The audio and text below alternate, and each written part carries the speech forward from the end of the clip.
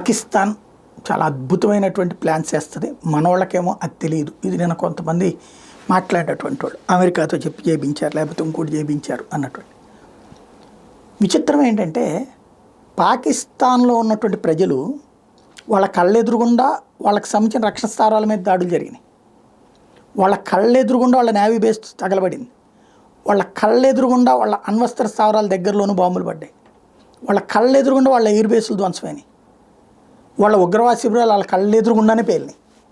భారత్ వేసిన ప్రతి అస్త్రం వాళ్ళ కళ్ళెదురుగుండా కనబడి వాళ్ళే వీడియోలు పెట్టారు. అయినా మనం గెలిచామని చెప్పగానే సంబరాలు చేసేసుకున్నారు.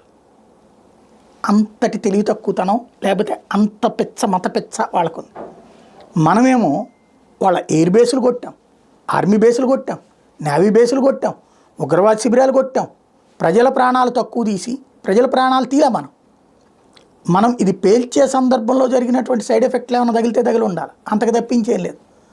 అట్లాంటిది మనమేమో యుద్ధ విరమణకి పాకిస్తాన్ వాడికి సంబంధించిన అధికారుల చేతన అమెరికా మనకి ఫోన్ చేయించి ఆగుదామంటే ఓకే అంటే, భారత్ ఓడిపోయిందనేటటువంటి పాకిస్తాన్ మాటల్ని నమ్మేటటువంటి విచిత్రమైన భావనలో ఉంటే వాడికి ఏ ఖర్చు లేకుండా విజయోత్సవం, మనం కష్టపడ్డ ఏడుపోత్సవం.